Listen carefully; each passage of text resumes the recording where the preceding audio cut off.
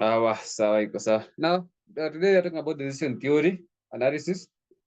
They were saying we are starting from that sitting paper. So let us open our past paper. So we open our past paper so that we can start. Now, do you have any question from last sitting?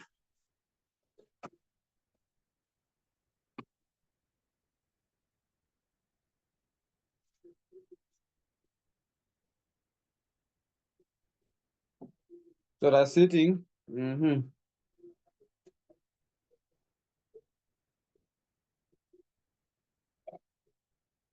Talk about decision theory.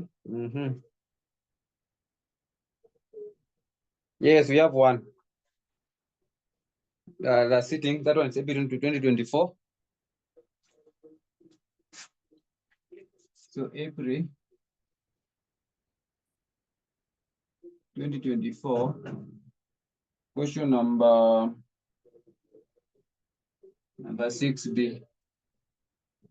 Question number 6B. We have the strategies there and the state of nature. Now remember when doing or solving this kind of a problem, remember your alternatives are always on vertical, then your state of nature are always on horizontal. So this one is fine. So we have weak, which is horizontal, mixed, or strong. So this one is fine the way it is. So then we have weak, mixed, and strong. Then we have Nairobi, Nakuru, then Nanyuki. And then we have the payoffs. These are the strategies. We call them strategies.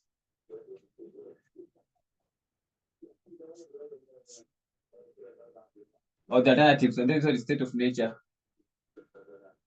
State of nature, which you said it must always be on vertical.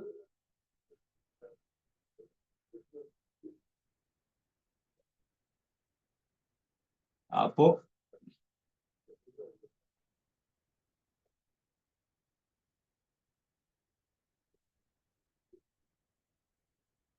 iko sawa. So number 1, you have 85.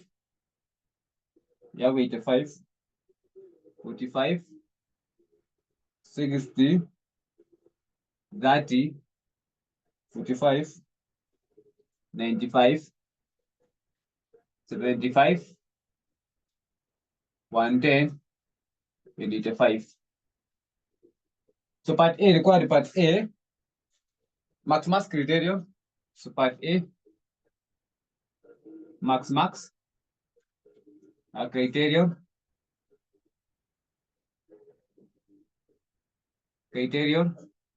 Now under this criterion, now what we need to do, so under this criterion we need to pick the one. So unaanzia nyuma ukienda mbele, wacha niwape a clue so that isikwange ikue rahisi. So let me give you a clue. So in this kind of a scenario, unaanzia nyuma ukienda mbele. Unaanzia nyuma wapi? Hapa. So unaanzia hapa maximum, unaenda kwa maximum. So tuanze na maximum hii au tunaenda kwa maximum. So you start with maximum. So tuko na Nairobi, Nakuru na Nanyuki. So tuanze na Nairobi. Which one is the maximum? The maximum is 80. The maximum is 85. 85. Nakuru maximum ni 110. Then Nanyuki the maximum ni 95. Now out of this one, you pick the maximum.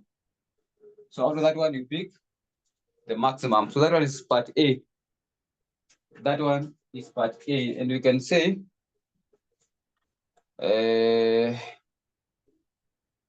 pick Nakuru. You're supposed to pick Nakuru because it maximizes the maximum payoff. Remember these are payoffs. Remember these are payoffs in thousand. So we are saying pick Nakuru because it maximizes the maximum.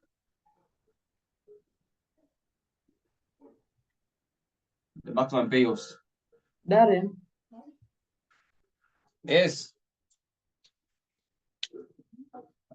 Tuko sawa mpaka hapo? That is part A. We go to part B.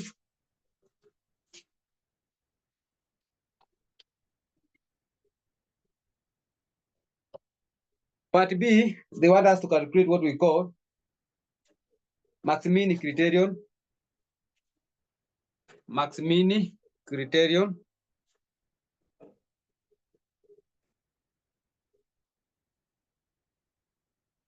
So max-min criterion as number next.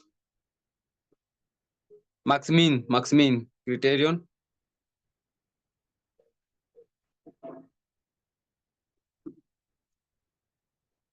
So number 2,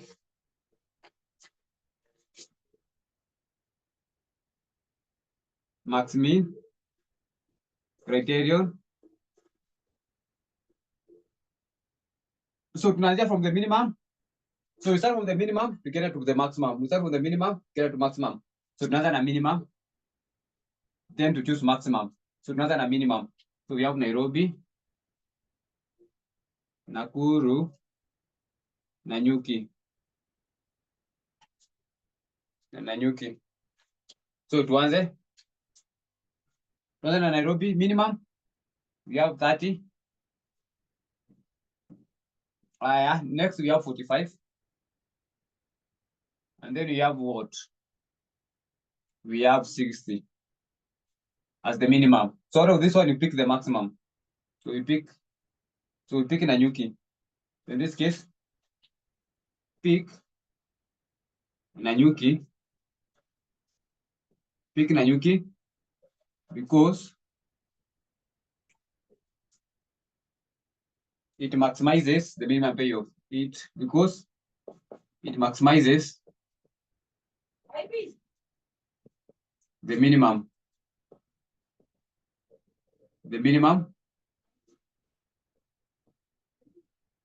payoffs.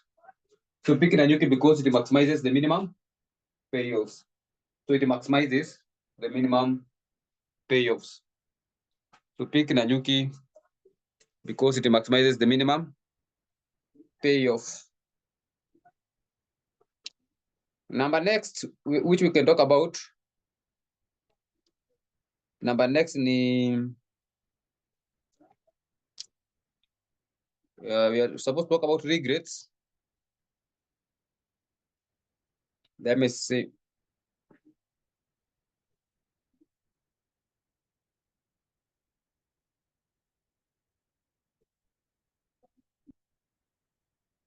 So minimax regret, yes, minimax regret criterion. So minimax regret criterion nitaifanyia hapa. Number 3, minimax regret criterion. So minimax regret criterion, sijui kama inaonekana in that point. Now, this is where a person might end up regretting after making a decision. So remember we said for regret, this occurs where a person might end up making a regret. So in most cases, occurs where a person might end up making a regret. Now, how do we gonna do it? Now, what we need to do, we need to find regrets. So step number 1, we need to find the regrets. Step one,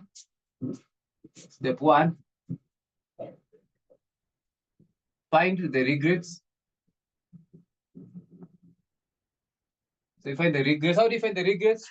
We take the maximum, we minus the minimum. We take the maximum, we find the minimum. So ukienda kwa notes pale tulikuwa tumesema we find the maximum minus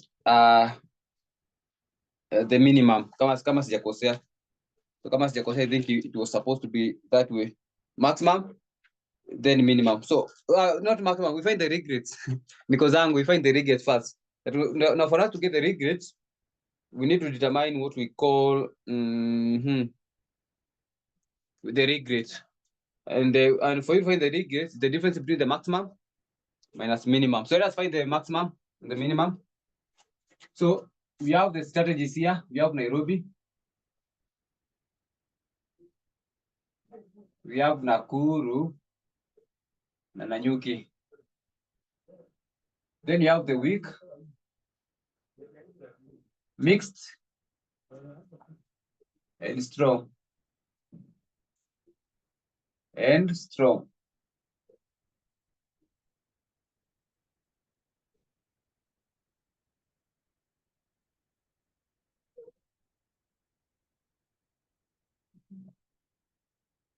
So it wasn't a week, it wasn't a week.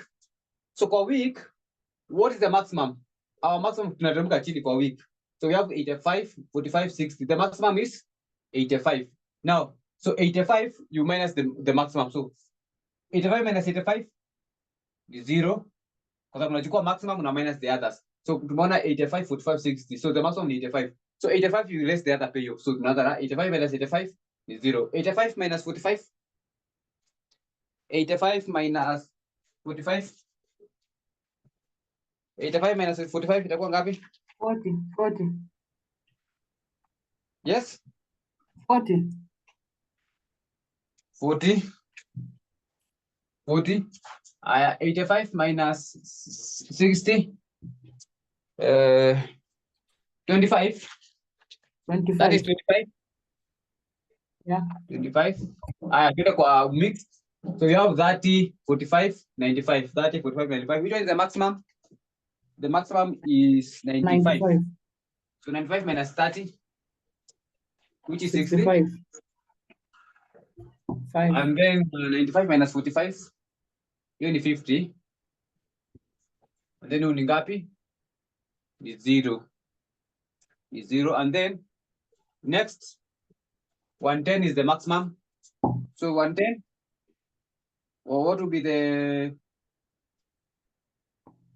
amount here? 110 minus 75? 35. 35. 0. And then 110 minus 85? I think which is 25. 5. 25. So those are the regrets. So those are the regrets. So we call them the regrets. So these values are the regrets that the person might end up. So end up upper way and a regret. So for Nairobi and a week, this person doesn't have a regret. Hata ukiangalia hapa pia ana regret. But ukienda kwa Nakuru and a week akona 40, he might end up regretting losing 40 as our payoff. Remember, this one prevent our profits. So these others are the regrets. So we only have Penyana ana regret ni at Nairobi week, Nanyuki mix, na Nakuru at the strong point. Now, once we have come up with the regrets, now we need to determine the minimum now. So we need to determine the minimum regrets. Minimum. So we have Nairobi, Nakuru, na Nanyuki. Nanyuki. Itakuwaje hapo? Sorry, not the minimum. I mean, not the minimum, the maximum. We need to determine the maximum. So that out of the maximum regrets, so we need to find the maximum, so that out of the maximum, we choose the minimum regrets, which we can accept. So out of the maximum that we obtain here, then we end up choosing the minimum regrets. So the maximum regrets hapa ni ngapi? So the maximum hapa ni 65. Tukienda Nairobi. Tukienda Nakuru ni 50. Na tukienda Nanyuki, the maximum regrets ni 25. Now, out of these regrets, we need to take the regret yenye ni kidogo. Yesi hatutaki ituumize. So we don't want to regret that much. So we pick the minimum. So kitu ya kwanza, you find the regrets. Once you find the regrets, you find the maximum regrets. Then out of the maximum regrets, we choose the minimum regrets. Ndio tusi regret sana. So hapo tunaweza sema So hapa we can say peak. Kama inaonekana hapo. So because you don't want to regret that much. So because you don't want to regret that much, then you can say peak na nyuki. So inaonekana. So peak na nyuki because peak na nyuki because it minimizes the maximum regress. The maximum regrets. So we want to reduce the regrets as much as we can. We want to reduce the regrets as much as we can. So we want to reduce the regrets as much as we can. So peak na nyuki because it minimizes the maximum regrets. So we don't have to regret that much. So out of the maximum regrets, tuchukue yenye ni ndogo ndio tusiregret sana. That's what I mean. So hiyo part tumemaliza hivyo. Let's go to part B. So part A, that is how you are supposed to do part A.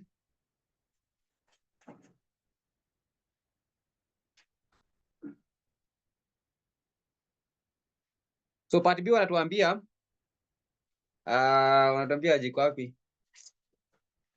Suppose that the investor reads the newspaper and found that 50% chance for weak economy, for weak, 20% for mixed, and 30% for economy. Advice on the strategy, on the best strategy.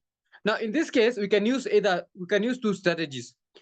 So because hapa hajatuambia wamesema tu advice, we can either use expected opportunity loss or expected monetary value. We can use either of the two. Now, so in this question wametuambia weak is, so hapa tunasema tuweke state of nature. So allow me to do away with this one. So allow me to do with this one.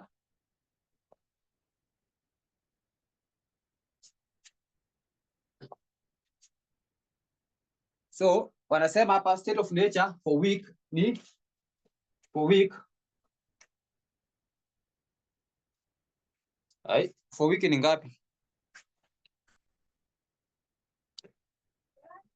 For weak is 0.5, then 0.2, then 0.3. So hapo unakuja unaweka hapa. So niliwaambia kwamba state of nature ndio hii, state of nature ndio hii. Horizontally. State of nature. So tunasema ni 0.5. Inakwanga niliwaambia always inakwanga on horizontal. 0.2 na 0.3. So we have the state of nature. Now, part B. We can advise this person either using two methods. We can use EMV or we can use expected opportunity loss. So we can either use two of them. So tuanze na kwanza. Let us start with EMV. Let us start with expected monetary value. So tuanze na kwanza, we start with Nairobi. Nairobi. What did we say about the formula for EMV? So the formula was summation for EMV. We said summation is equals to probability times the payoff. So it says the summation of probability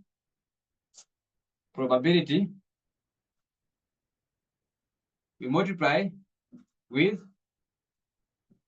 the payoff. So tulisema kitu kama hiyo. Now, so what will be for Nairobi? So itakuwa ni 85. Tunaanza na hiyo 85 Nairobi times 0.3, probability ndi 0.5, I mean 0.5. Haya, tukienda Nairobi and mixed ni 30. Probability yake hapa chini ni 0.2 and then 75 times 0.3. Itakuja ngapi?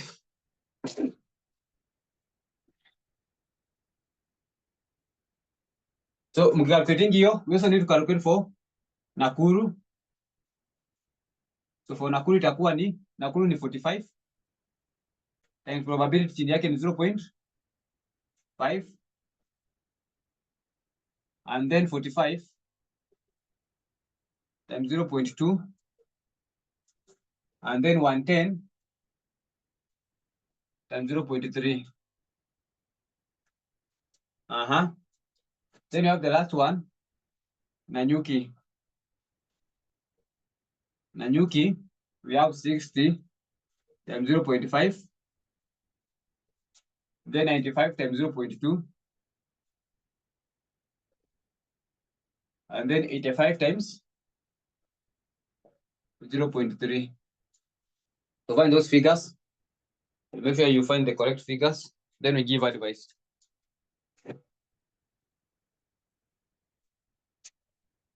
So inakuwa ngapi?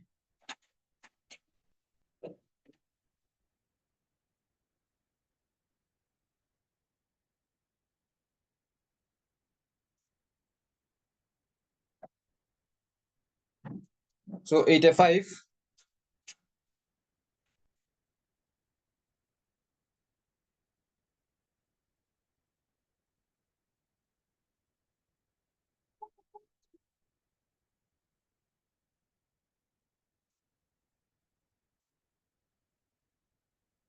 So 85 times 0.5, 30 times 0.2, 75 times 0.3.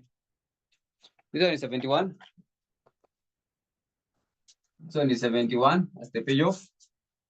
Then I have 45 times 0.5, 45 times 0.2, and then 110 times 0.3, which is 64.5.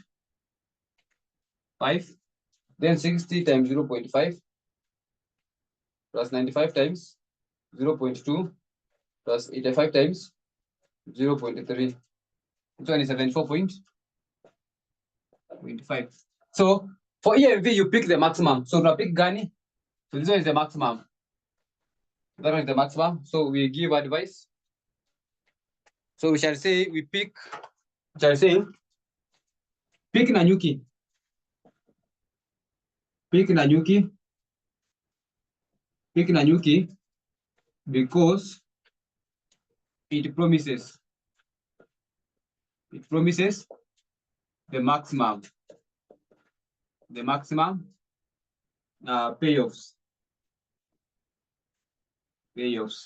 So pick Nanyuki because it promises the maximum payoffs, or it has the maximum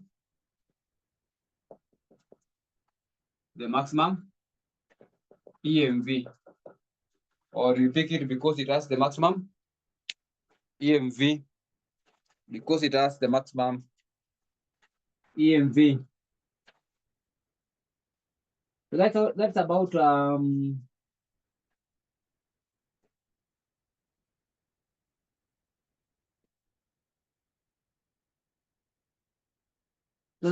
EMV. Now we can go to EOL. Let's go to EOL. So EOL. So I hope itatoshea hapo chini kidogo. Now for EOL, this is the formula. Naandika hapa formula before we do it. So we need to do for EOL. So EOL, remember we talk about EOL, we're talking about expected opportunity loss. So remember EMV, the expected monetary value from our notes. And then EOL, the expected opportunity loss. Expected opportunity loss. Or expected regrets. We can also call them expected regrets. How do we get them? Now, for this one, for us to get the EOL, we need to get the summation of probabilities. We multiply with our regrets. And our regrets days hapa. These are our regrets. Those are kuvuta. So unachukua summation of probability, we multiply with our regrets. So tuanze na Nairobi.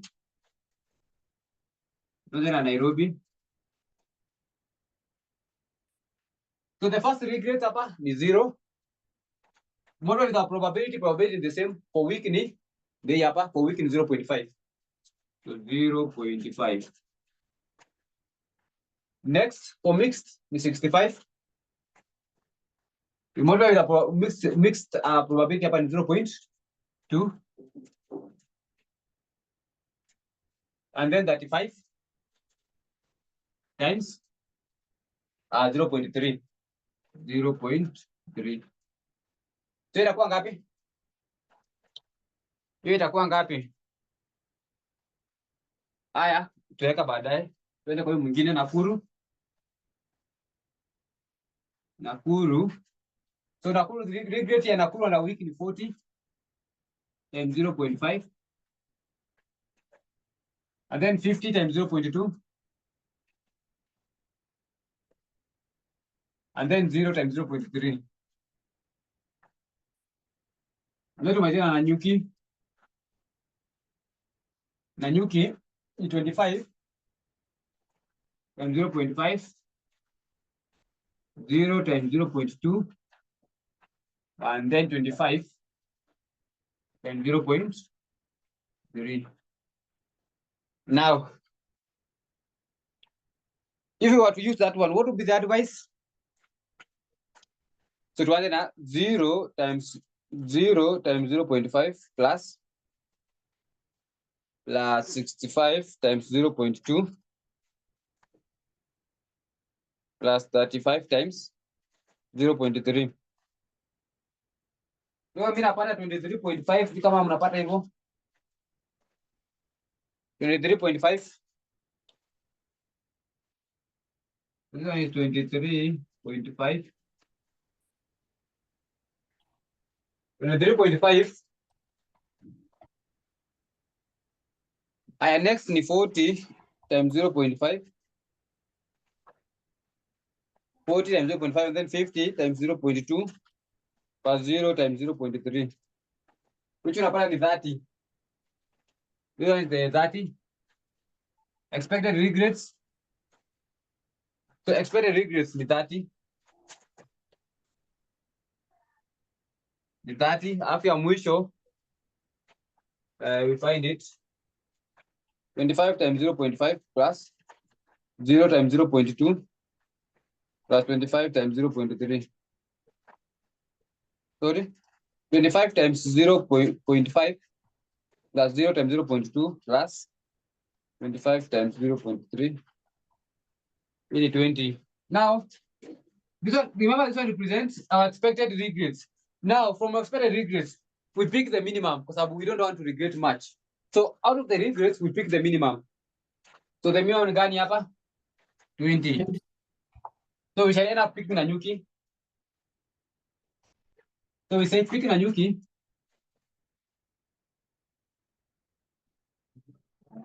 Pick Nanyuki because it promises the minimum expected regrets.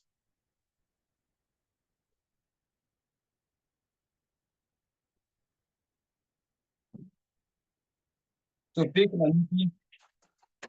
So pick Nanyuki because it promises the minimum regrets because it promises the minimum regrets. So pick Nanyuki, tunasema pick Nanyuki because the hapa. Pick Nanyuki because it promises the minimum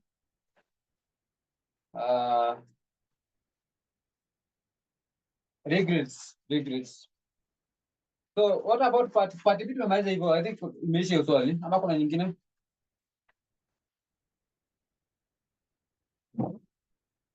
So part next one anauliza nini? Wanasema value of perfect information. So they want us to calculate value of perfect information. So value of perfect information. Now we had the three definition. So remember we had the three definition when we were defining the value of perfect information. We said it's the maximum profit that a person will get if he decides to obtain the information. Number two, we said it is the minimum. It is the maximum losses that a person will incur if that person refuses to get the information.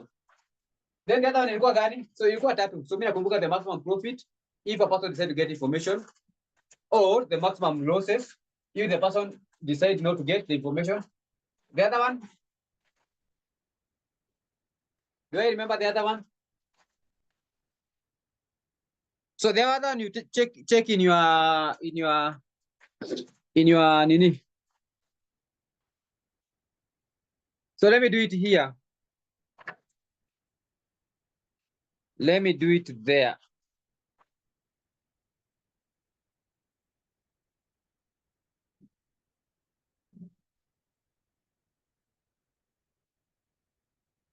So let me do it there. I hope it will share.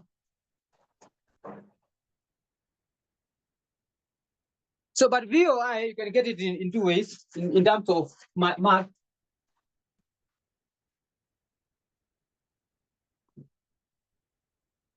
So you can get it in two ways. So VOI, value of information. Number one, how do you get number one? It is the lower of EOL. And the law of EOL, remember here, we have our EOL. So what's the law of EOL in our question here? What is the law of EOL? What is the law of EOL? Yes. The law of EOL.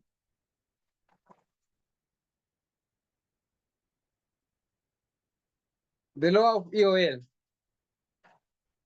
We can say it's how much? 20. So we can calculate and say the value of information is 20. Or VOI can be given by, you take the expected value of the perfect information of the with the perfect information, you let the expected value without the perfect information. So let me write it here. So we say expected monetary value with a perfect information be less. Ama ningeweka tu iko mrefu. Wacha nisongeshe hivi. Just allow me to isongeshe because we already have the stuff. So just allow me to nisongeshe.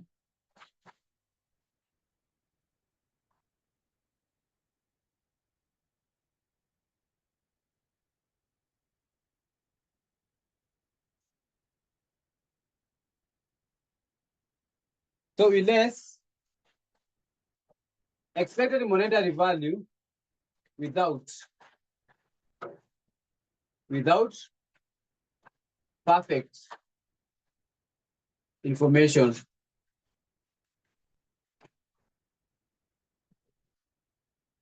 that's the formula. I hope inaonekana. So value of information. So VOI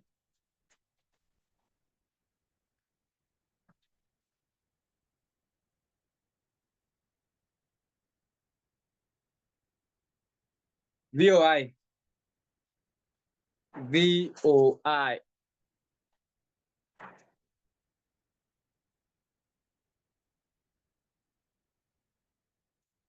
So let us see how we can do it. Now, so what will be our answer? So we start with this one. This one is the normal EMV. Normal EMV, and we have it here. Our normal EMV ndio hii hapa. Let me show you. Let me go to the other side. Hapo. Ndio hii. Ndio hii. 74. 74.5. But you need to find this one. You need to find EMV with the perfect information. So you need to find EMV with the perfect information. EMV with perfect information. So you need to find EMV with perfect information now. So how do you find it? EMV with perfect information. It is a summation of maximum EMV times the probability. Maximum EMV with probability. So tuanze na ya kwanza. Let us go to the first one. So kwa week, let us go to the week. Now to the week pale, which one is the maximum EMV kwa week? Can you see it? Tunataka tuharakishe uniambie maximum EMV ama maximum payoff, I mean. Not EMV. Sorry. Maximum payoff. So what is the maximum payoff pale kwa table nimewapeleka? So we have 85, 45 and 60. So kwa week, which one is the maximum? 85. Tunakuja hapa. Unasema 85 times the probability was 0.5. Haya, unaenda kwa mix. Let's go back to the mix. So kwa mix pale, what is the highest? We have 30, 45 and 30, 45, 95. So the maximum is 95. So 95. So unakuja hapa. So unakuja hapo 95 times 0.2. Then unaenda ya mwisho pale tuko na 75, 110, 85. 75, 110, 85. What is the maximum? Pale ndio hii hapa. Nasema hii. 75, 110, 85. Which is the maximum? 110. That one is the maximum. Unakuja hapa unaweka hapa maximum 110. 110 and 0.3. So we are assume that if a person gets the information, he will get the maximum values. If the person gets information, he will get the maximum value. Now, what will be the maximum value there? Maximum EMV. That one is the one with the perfect. So 85 times 0.5 plus 95 times 0.2 plus 110 times 0.3, which is 94.5. Now, let us find VOI. VOI, it will be 94.5 minus 74.5. Choose one, either huyu ama huyu. You must give the same answer, so minus 74.5. So say still 20. Still 20. So whichever method you use, it is up to you. So kutumia huyu unapata 20, kutumia huyu the law of EOL, and huyu the law of EOL niliwaambia hapa. So wacha niwaambie hapa ndio muione vizuri. Here. So we have our EOL here. So out of the 3 destinations or routes, we can pick we have 23.5, 30 and 20. So remember these are EOLs. So the lower of becomes our value to formation, or use the method, or use the method. So that marks the end of that question. So alikuwa sema we advise, let me see.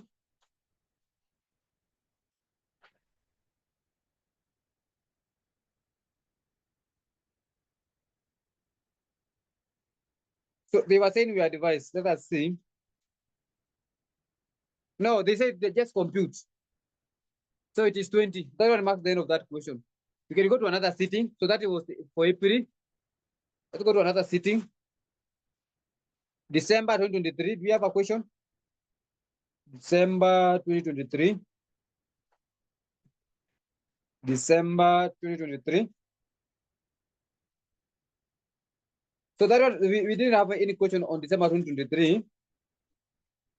We did not have any question. So, August 2023. August 2023. Yes. August 2023, question number 4B. August 2023, question number 4B. So August 2023, question number 4B. So August 2023, question number 4B. Open that question. So August 2023, question number 4B. Question number 4B.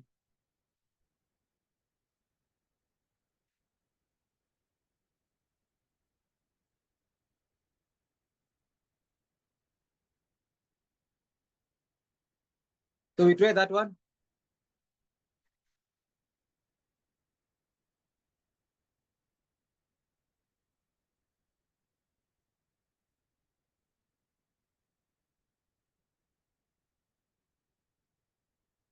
So August 2023.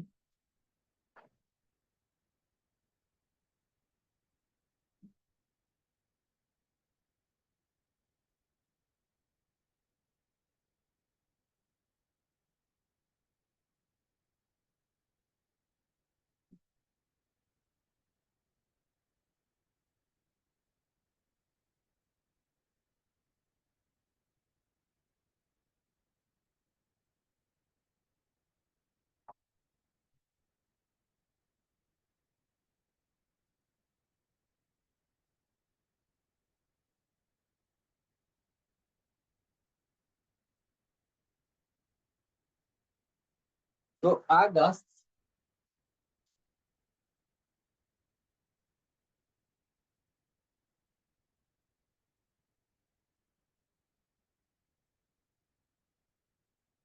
Number 4B.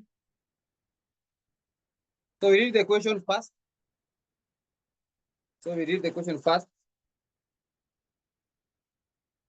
And the question reads, the following way of matrix was developed by a company showing the profits in shillings. So those are the profits in shillings obtained from launching 4 different types of products. We have product 1, 2, 3, and 4 in the state of nature.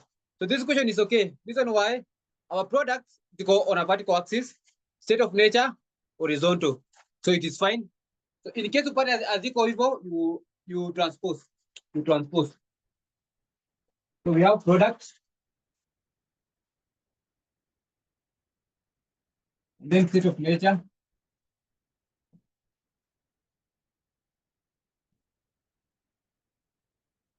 We've got a P1, P2, P3, and the P4,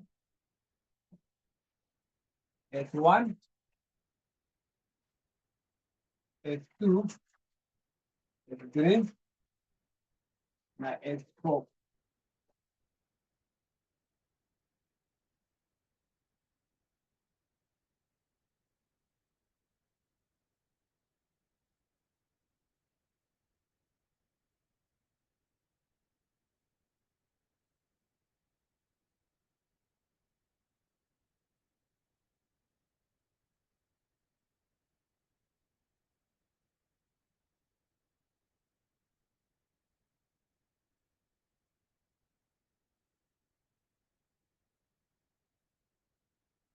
So we have 5,000.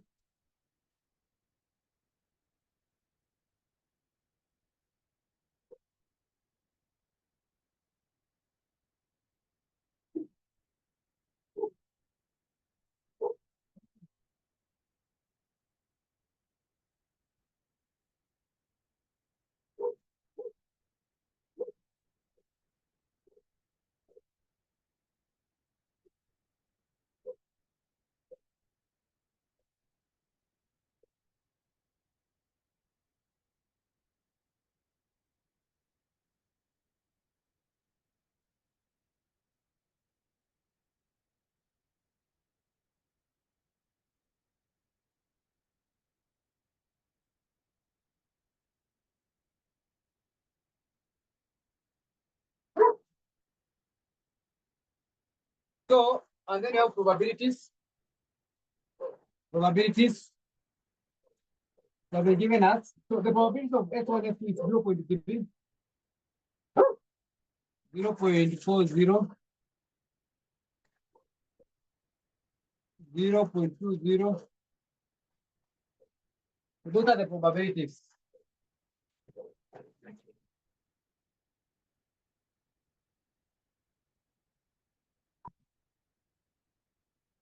So those are the probabilities. Now, number 1, advise the company on the best course of action using minimax regret. So minimax regret. So that's why you need to find the regret. So number 1, minimax regret criterion. So what would be the advice? So we need to determine regret. So the first thing we do, we determine the regret. So let's determine the regret. So we have the product. We have P1, P2, P3, and P4. Ikaw kami inaonekana? Ay, ziko sawa. So let's find the regret.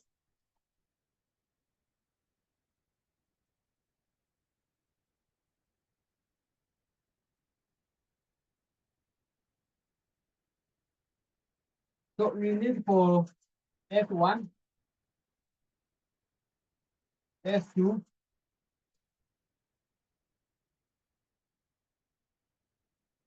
S3,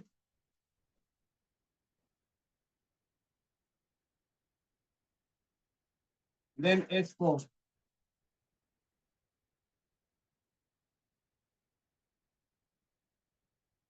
And S4. Now let's find the regret. We said it was, we pick the maximum, then we minus the rest. So the maximum here is 14,000. So 14,000 is our maximum. So 14,000 is our maximum. So 14,000 minus 5. 14,000 minus 5 ni ngapi? 9,000. Hii David tumefanya. So hii ni 0. 9,000. Haya 14 minus 7. Which is 7,000. 7,000. 14 minus 5. Which is 9,000. 9,000. 9,000. Next. Our maximum is 9,000, which is 0. So 9 minus 4 is 5. 9 minus 8 is 1. 9 minus 5 is 4. Here we go, sawa. We go to the next one. The maximum is 9 minus 2. 2,000. 3,000. 0. And then 2,000. Next up, the maximum is 12 minus 4 minus 8 is 4. 0. Up is 5. Up is 6. 12 minus 7 is 5.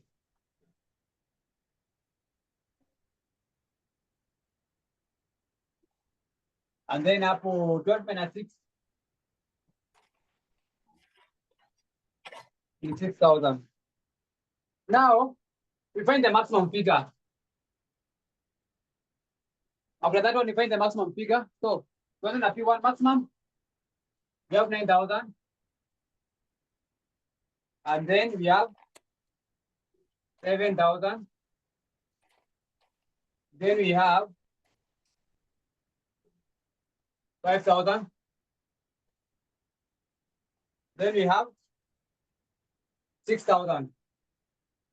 All of these we pick the minimum. So out of that one we pick the minimum. So out of that one we pick the minimum. Then you can say advice pick products P3 because it minimizes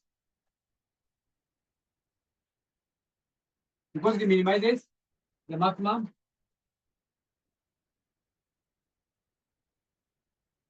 regret. So pick product P3 because it minimizes the maximum regrets. It minimizes the maximum regrets. Now, I'll come with the EMV from this question, but let us do it. So this one I'll come with the EMV, but we can calculate it. Let us do it here. EMV. So expected monetary value. So they did not ask, but we can calculate. Let's just calculate. Expected monetary value.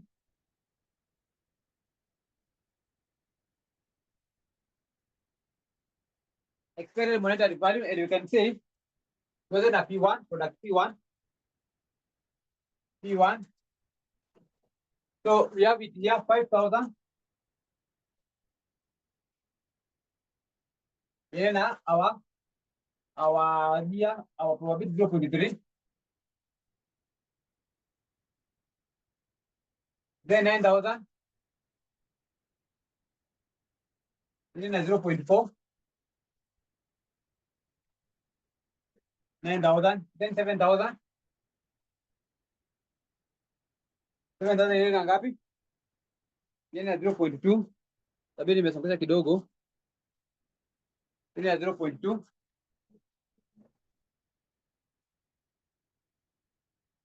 Then we have 80,000 here. Au pia inaonekana 80,000 ya mwisho inaenda na 0.1.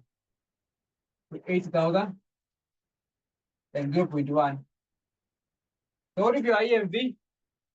So 5,000 times 0.3, 9,000 times 0.4, 7,000 times 0.2, 8,000 times 0.1, which is 7,300.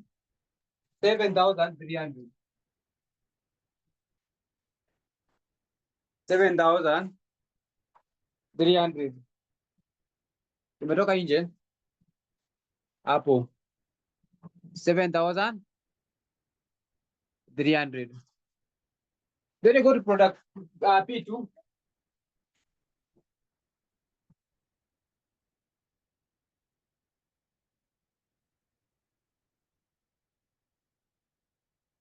So kwa P2, I hope you have the question. So mimi kusionyeshi side nyingine. So we have the payoff of 7,000 times 0.3. Then you have 4,000 times 0.4. Then you have 9,000. 9,000 inaonekana. 9,000 inaonekana ndio hii hapa. Kuna for not 9 for 6,000.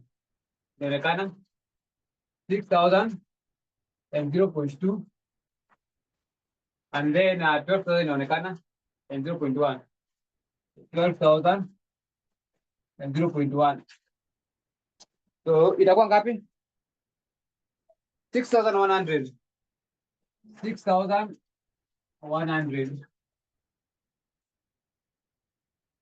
Then you have the P3 one. P3, product P3. You have 10,000 and 0.3. 80,000 and 0.4. 9,000 and 0.2. Hiyo 9,000 ndio inaonekana. Kwa 9,000 inaonekana and then tunamalizia na 7,000 kwa 0.1.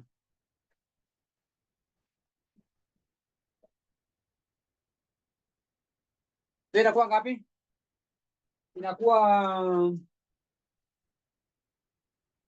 80,700.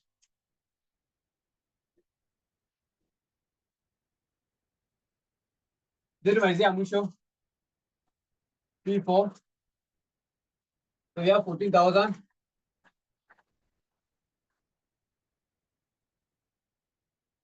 5,000.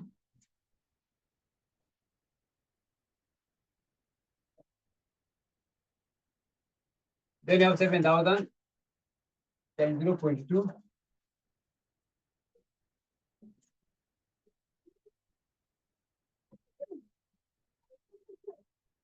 Ndio itakuwa ngapi? Ndio itakuwa ni 8,200. 8,200. So you pick the maximum. So you do the maximum. So pick the maximum, and you can say pick P3. Pick P3 because it has the highest payoffs. It has the highest expected payoffs. So pick P3 because it has the highest payoff. That was a requirement of Muriza, but tumefanya anyway for the sake. Let us go to the next requirement. So that one is part 1. Let's go to part 2 of the question.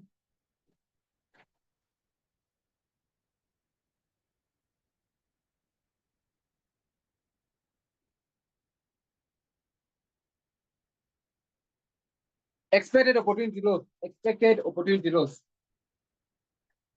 So we find expected opportunity loss. Expected opportunity loss. So how do we do it? We use our losses here, our regrets.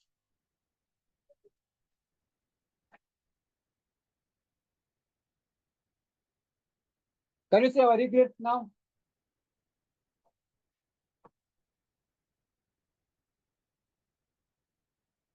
So we're supposed to use the regrets.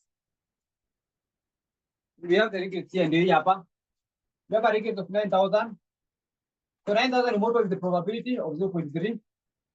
Another P1, when the P2, P3, na P4. Na P4. So it wasn't a P1. So 9,000 multiplied by 0.3. So the first digit is 9,000 multiplied by 0.3. So 9,000 and 0.3. The second is 0 divided by 0 times 0.4, which is 0 in our case. You don't need to write it and 0. So 0 times 0.4 is 0. Then 2,000 times 0.2. 2,000 times 0.2. Kama nimetoka kwa laini kidogo tu, tuchanganye tu kidogo itupe nafasi hapo. Andika hapo iko sawa. Atoka kwa 2,000 tunaenda kwa 4,000. 4,000 times 0.1. So regrets 4,000 times 0.1. So 4,000 and 0.1. 4,000 and 0.1. Tunaenda kwa ya pili. Ya pili we have 7,000 times 0.3. 7,000 and 0.3. Then 5,000 and 0.4. 5,000 and 0.4. Then 3,000 and 0.2. 3,000 and 0.2. Then ya mwisho plus 0, which we know it is 0. So 0 times 0.1 is 0. So naeka to 0 direct. Then we have 4,000 here. Times 0.3. 1,000 times 0.4. You know that one is 0. So 0 times 0.2 is 0. You make a 0 direct. Then 5,000 times 0.1. 5,000 and 0.1. Then P4. The first one is 0. 0 times 0.3 is 0. Then 4,000 times 0.4. 4,000 and 0.4. 2,000 and 0.2.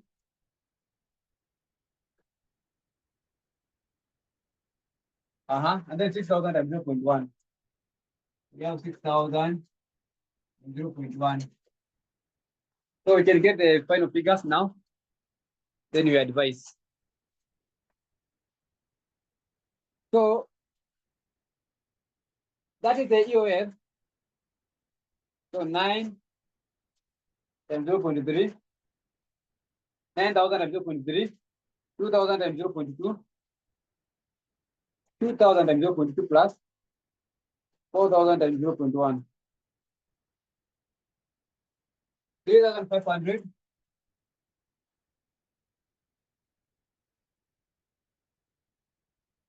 $7,000 times 0.3.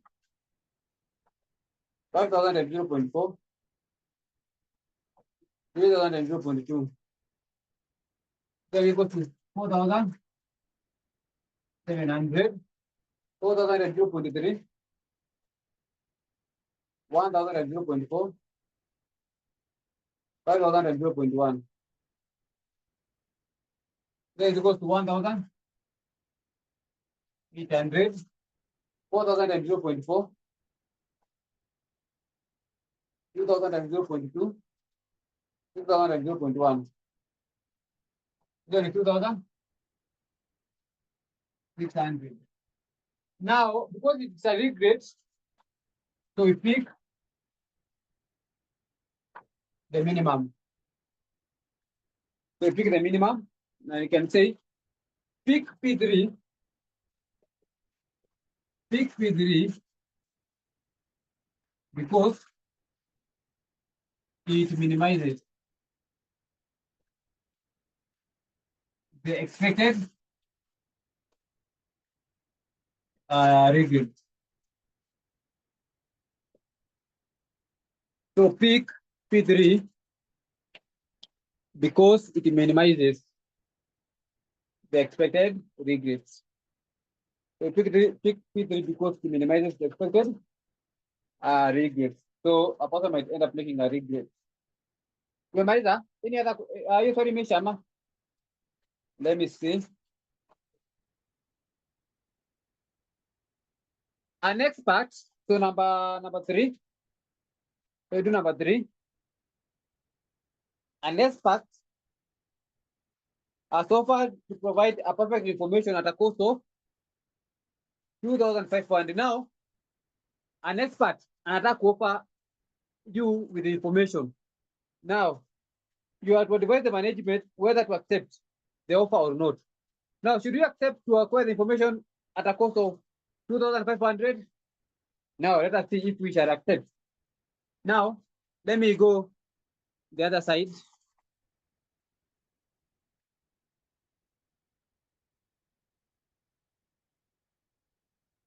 So, value of, that one is about value of information, number 3.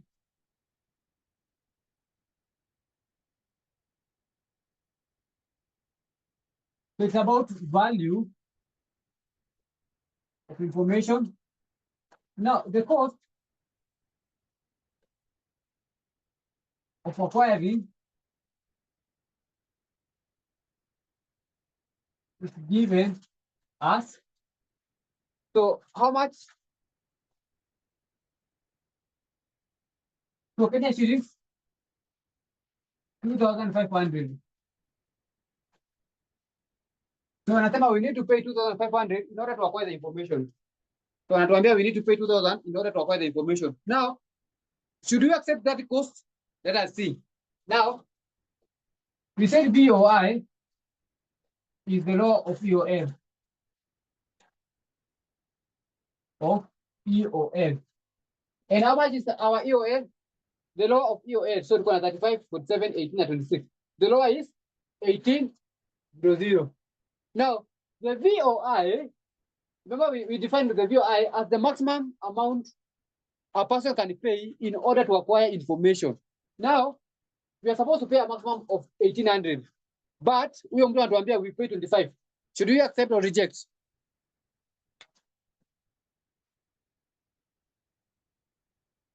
So remember VOI, we reject.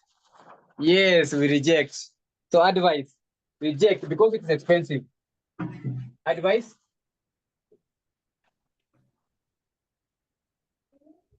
reject the cost of Kenya shillings 2,500 because it is expensive compared to the VOI of 1,800. So we reject the 2,500 because it is expensive compared with the VOI of 1,800. You can also calculate VOI using the EMV. I'm not going to do it, but you can do it on your own time. Then you see if you shall find the same answer. So you can calculate EMV. So you can calculate your VOI also. So this one is odd if you want. So if ukifikia hapa, you have the answer because you have the VOI. Or you can decide to use the other formula. So this one is for you to decide whether you shall use it or not. So you take the EMV with perfect information less EMV without perfect information. So kutumia pia hii, we shall get the same answer, 1800. We shall get the same answer, 1800. So that one is fine. We can go to another setting.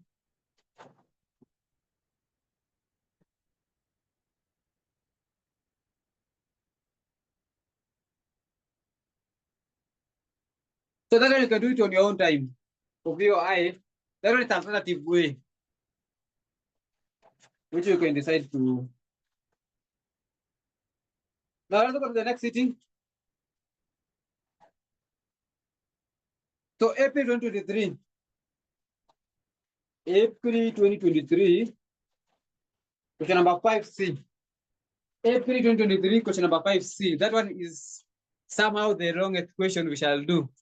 And I think it might be our last question. It might be our last question in this topic. I will share the answer for others. Then you shall do at your own time. Ama tutafanya wakati wa revision, either way. Now,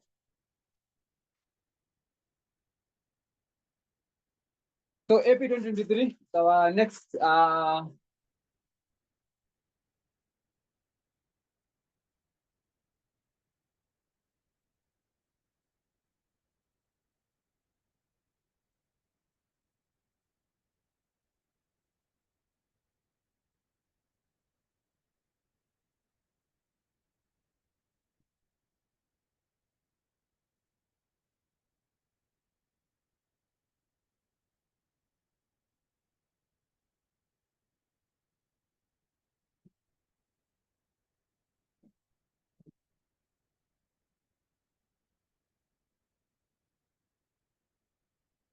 so let us jump to that April 2023.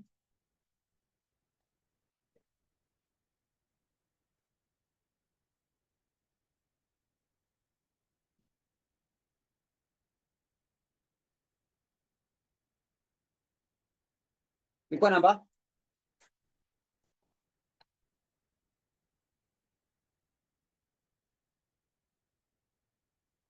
So this one is the decision tree.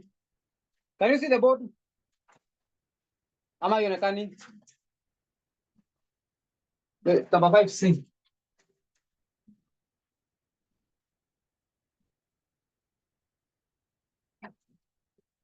Tunasema April 2023, question number 5C.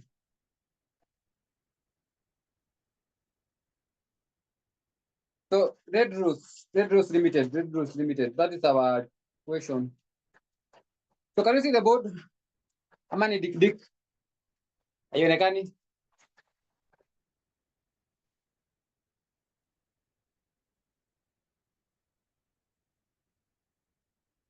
So let's do the question. I'm reading the question.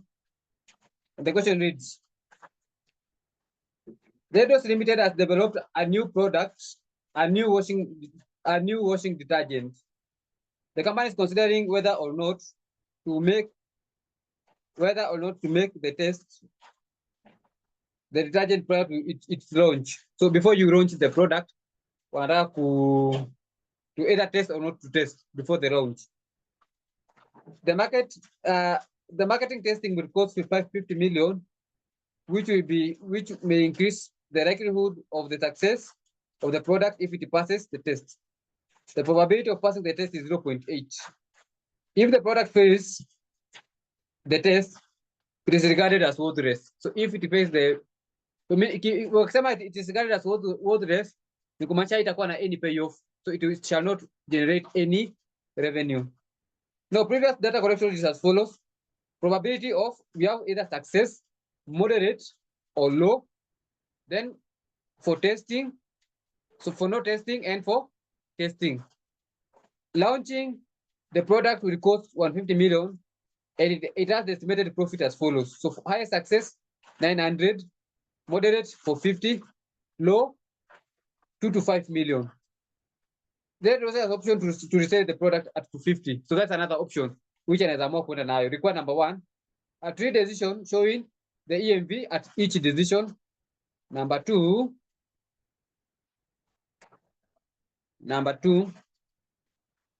advise the management of the company on the best course of action. The best course of action. Now let us come up. So we have two options, either to test or not test. So we have two options, either to test or not test. So happy to onekana. So I want to draw the diagram. So it is either we test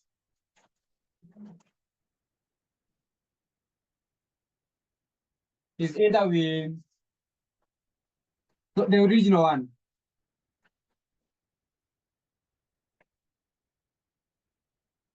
So we test or then you can do kidogo. So we have that one.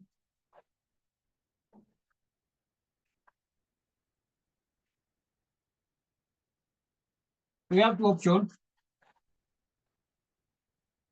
It's either we test or no test.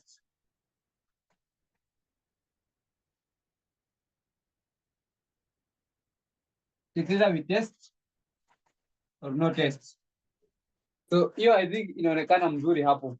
Haina mambo. So you have two options. Let me go to our question. I read it again. So wanasema tukianza pale juu. Launch Red Roses Limited has developed a new washing detergent. The machine is considering whether or not to market test the detergent prior to the launch. So it's either our test or no test prior to the launch. So launch iko kando. So before our launch, they want to test. Now, if they test, now let's continue. The marketing cost, the marketing testing. So if they test, the marketing test, itakuwa pesa ngapi? So this one is an outflow. So 50 million. So kama watatest, then at that point, watachajiwa 50 million for launching, which might increase the likelihood of success of the product if it passes. Now, but remember, so if it passes, so we can either have now here, the rest tunaweka na circle. It's either it pass or it fails. So if it passes, ni 0.8. Hapo inaonekana. So if it passes, ni 0.8. Kama haita pass kumaanisha ni ngapi? Kama passing ni 0.8. If it fails, ni 0.2. Na akatuambia if it fails, then we shall not have any revenue. Then we shall not have any revenue. So the revenue will be zero. The product will be considered worthless. So anasema hapo. So the probability of passing is 0.8. If the product fails the test, it is regarded as worthless. Kumaanisha haitakuwa na any revenue. So the revenue is. We cannot see your screen. We can't see your screen. We can't see your screen.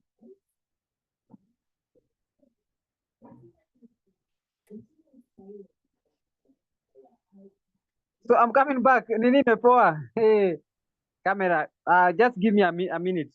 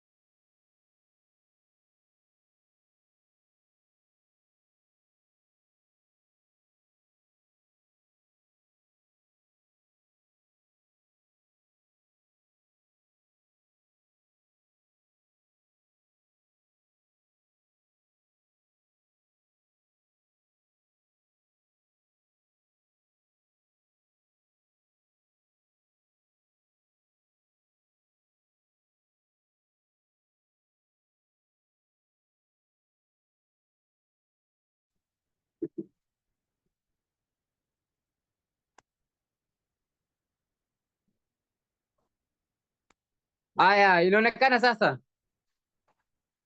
Is it visible?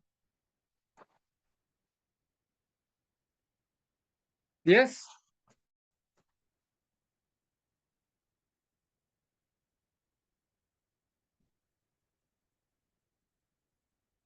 Inaonekana?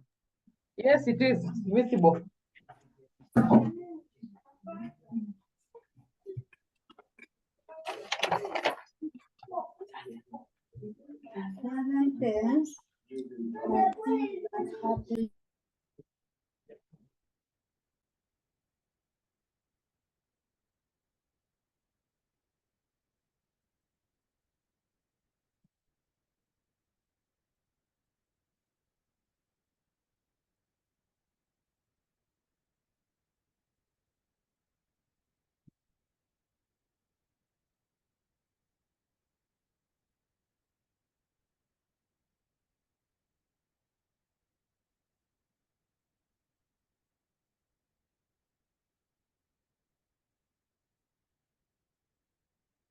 Inaonyesha full kwa your screens. Is it full? Yes. Can you zoom in? Side yenyu.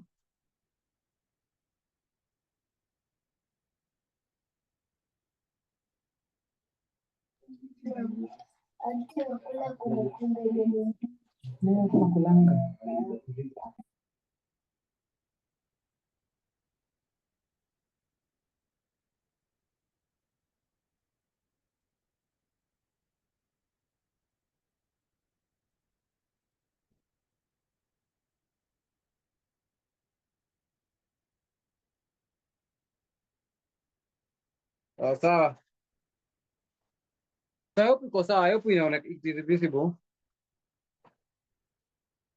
So we can move on. Basi mbona inaonyesha like kwenye ni full. Mbona hapa inaonyesha like ni kama ni nusu. It's full. It's full. It is full. Yeah. Sawa sawa. Now I was saying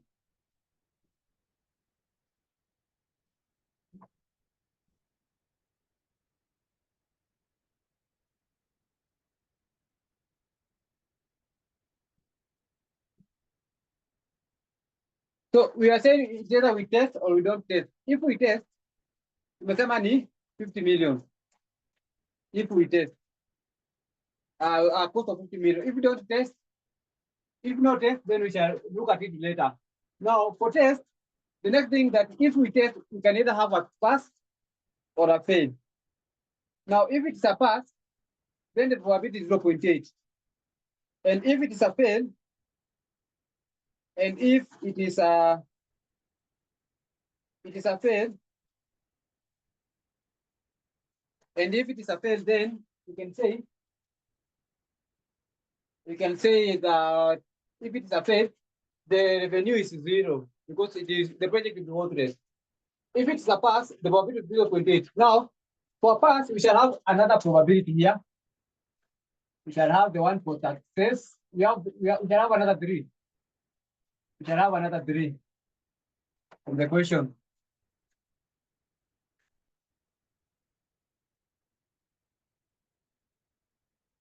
This one is if it fails.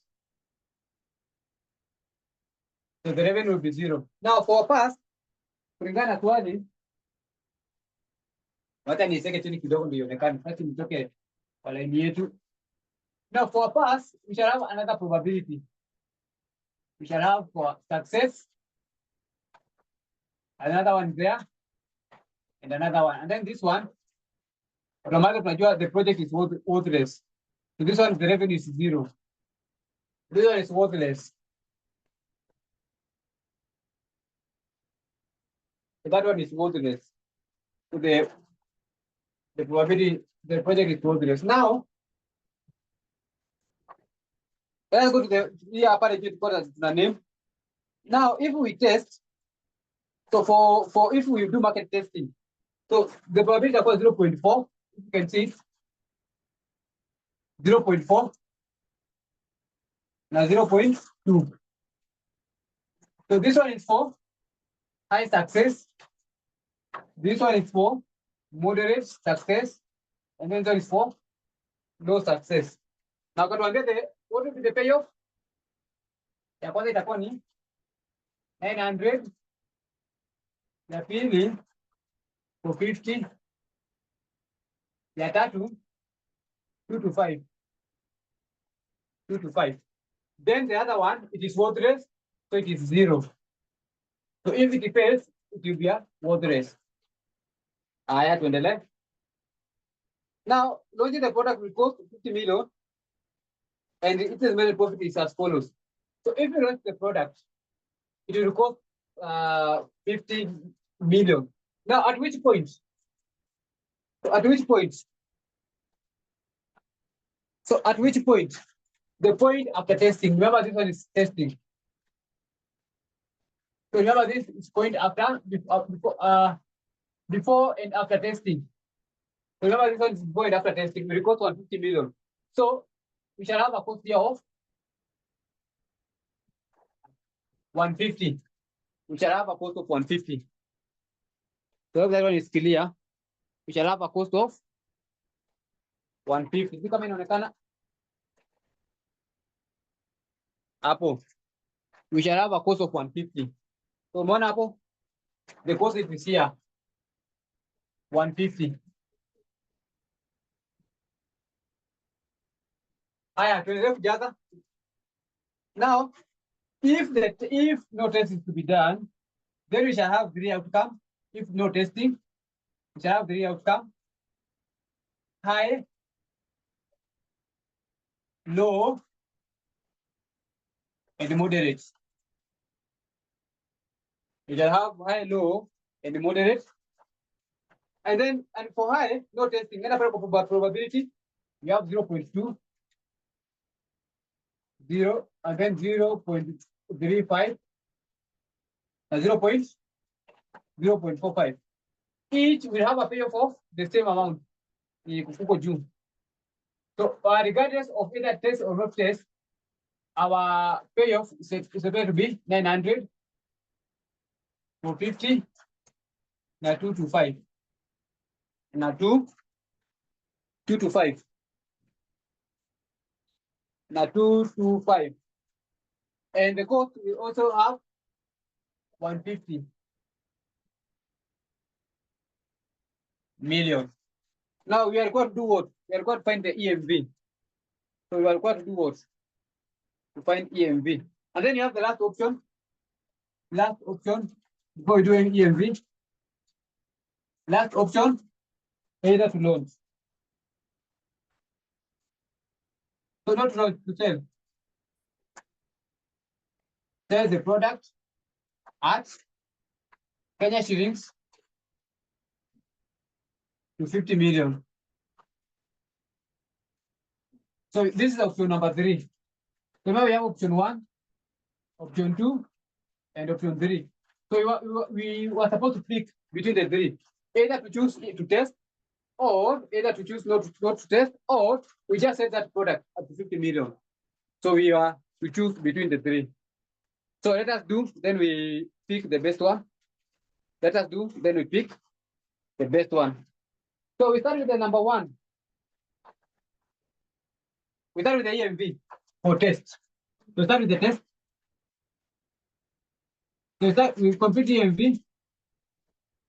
And how do we compute EMV? I want to remind you that we use the rolling back technique to use rolling back technique. How do you use rolling back technique? We start from right to the left. So decision making process, we have various steps. So we are supposed to start from the right, right in here to the left, to the left.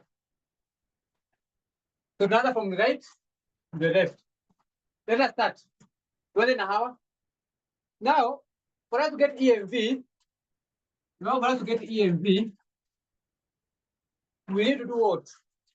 We need to find, we need to take the payoff, we multiply with probability, but remember summation. You need to take the payoff, remove it probability. So what's our payoff? 900. But remember, this is prior, this is between launching the product and testing. So kuna 150 hapo ndani. So lazima tupewe 150. So let us remove the 150 so that we can get the actual payoff. So that we can get the actual payoff. So 900 minus 150. But kama ingekuwa hapa, kama ingekuwa 150 ingekuwa kwa pass hapa, hatungetoa. Lakini because iko kwa test, we can add to the row, then we need to remove it because iko kwa line yetu ya the payoff. Kama ingekuwa hapa, hatunge remove. Na unaona 150 hatutoi kwa sababu you know what 250.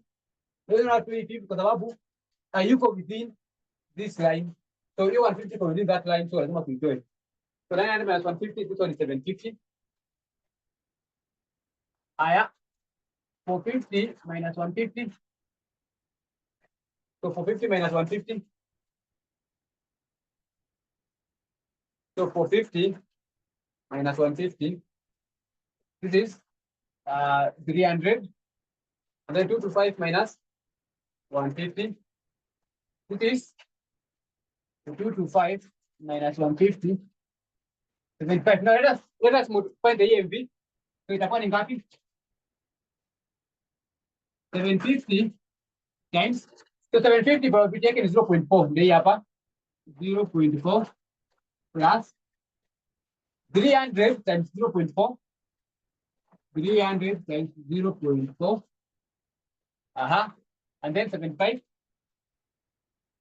times 0.2. How much would that be? Itakuwa ngapi? Tunasema 750 times 0.4 plus 300 times 0.4 plus 75 times 0.2, which is 435 million. So hapa, this one is 4. So ukisha calculate hii unaenda penye zinakutania. Penye zinakutania, this one is 435. So this was the EMV for pass. So EMV for pass is 435. Now, for this one is 0. But remember tuko na moja. So EMV haipati itakuwaje? Itakuwa? So the probability is 0. So EMV is still meant to be 0. But up 0 times 1 is 0. 0 times 1 is 0. So if it fails, we shall not have any cost. So the cost is 0. So EMV itakuwa tu ni 0 times 1, which is 0. So EMV hapa ni ngapi? So EMV hapa ni 0. Na EMV hapa ni 435. EMV hapa ni 435. Now we need to get the EMV hapa. This part. How do you get the EMV of this part? Hapa. EMV of part. So this is how we find it. So hapa. So tuko na 435 na tuko na 0, tuko na 8 na 0.2. So 435 times 0.8 plus 0 times 0.2 tutapata EMV hapa. Let us find EMV part. EMV. So 435 times 0.8 plus 0 times 0.2. Na pia ngapi tupate this EMV? So 435 times 0.8. 340. 348, meaning hapa it is 348. We're back technique. Tunaanzia nyuma tukienda. Now, tumefika kwa 348, but remember we had a cost of 50. So we need to remove that 50 because it's a cost if we are under test. So remove that cost. So remove the cost of 348 minus 50. So minus 50. Itakuwa 298. Itakuwa 298 million. 298 million. So kumaanisha hapa our benefit here. So benefit. So we call it our EMV it is 298. Hiyo tumemaliza hivyo. So tumemaliza for test. We go for no testing. So tumemaliza for test. 298. I think that one is fine.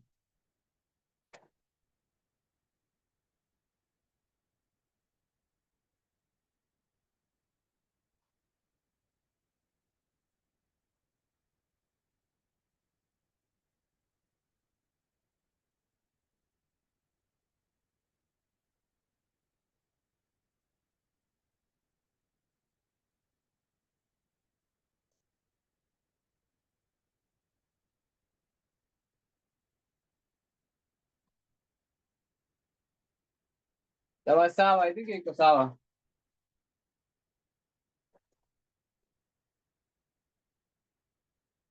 Now we can proceed. Aya. To the next one. When the next one.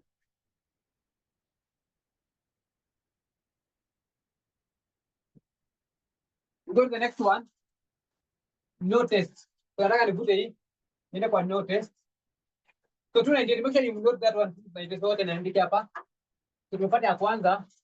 If we were to test our profit is 298. I don't go to no test. So no test. If we were to go with no test.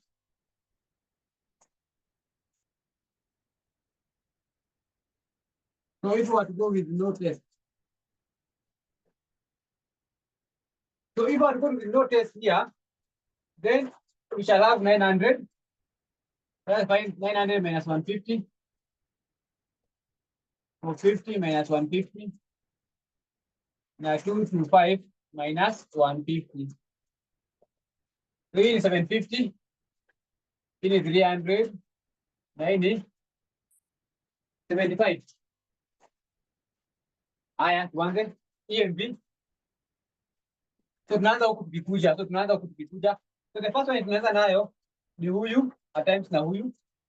Itakuwa ni 750 times our probability 0.2. 300 times 0.35. Then 75 times 0.5. 75 times 0.5. How much will that be? How much is that? So 750 times 0.2 plus 300 times 0.35 plus 75 times 0.45. This is 45.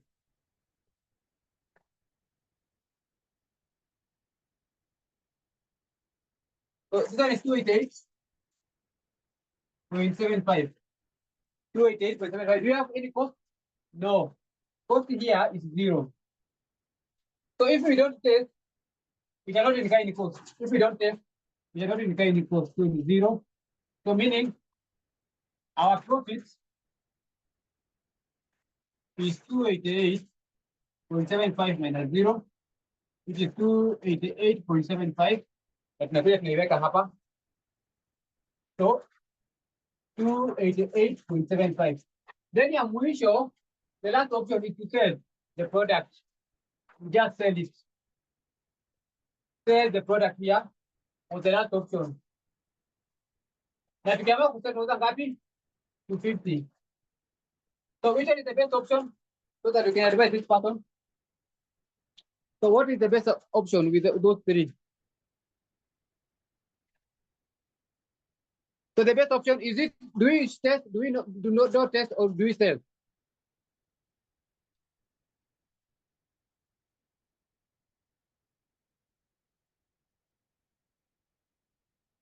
Yes. That will be our last question. So do we test? Diana? Do we test or not test? Or sell the product? We test. We test the product because it has the maximum EMV. So advice, test the product because it has the highest EMV. So test the product because it has the highest EMV, or you can say, or you can let me put a space. Let me just give you a good advice. Let me give you a good advice. So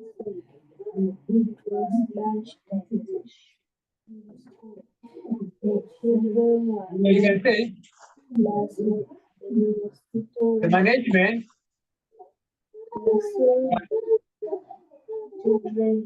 for marketing testing Markets. The management can opt for marketing testing. Since it has the highest EMV. Since it has the highest EMV of actually 298 million. 98 million.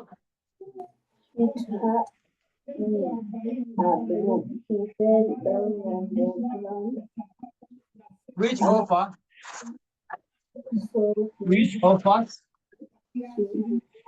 the potential, which offers the potential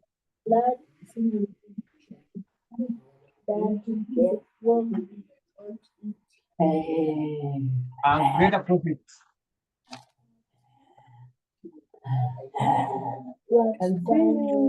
Greater profit. So that will mark the end of our class. Let me give you some other assignments. So assignments.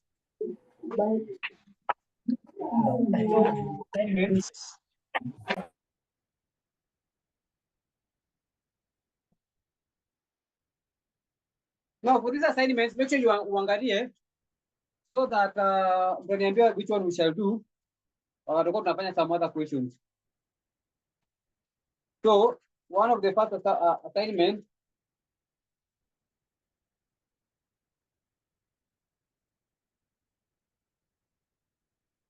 So December 2022. December 2022. Question number 6. Question number 5B. Question number 5C. December 2022. Question number 5C. And then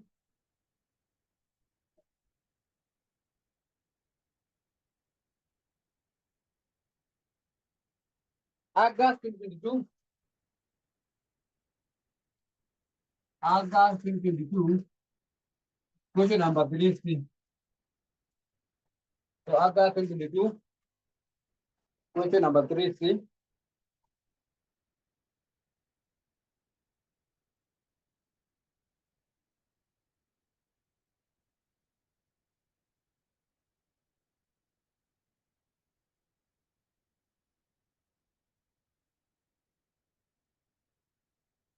April 2022. Question number 7B. April 2022. Question number 7B.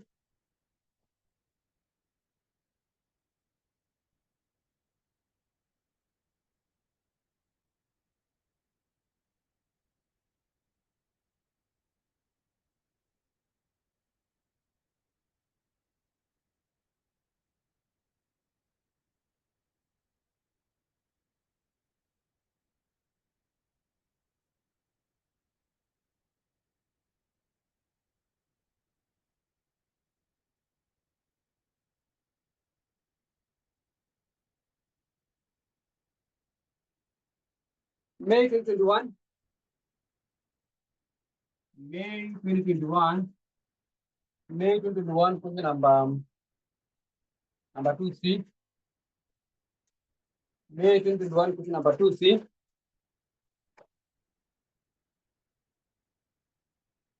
And then the last one. Kuna ingine nataka kuonesha. So hii ndio na star, inaweka star 2A. That one is one of them inaweka star. And then kuna ingine moja nataka niweke star. Then that will be the end of our class.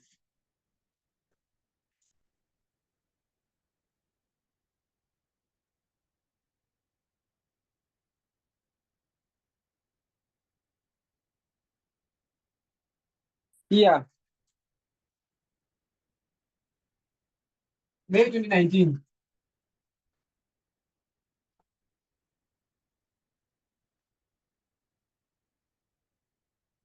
Number 2C.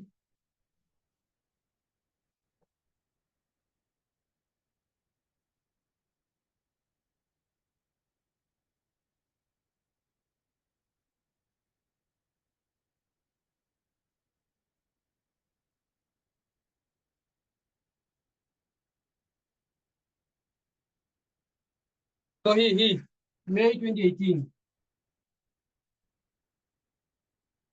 Tumekia umetoa hizi mbili afu mtaniambia the next class 3C.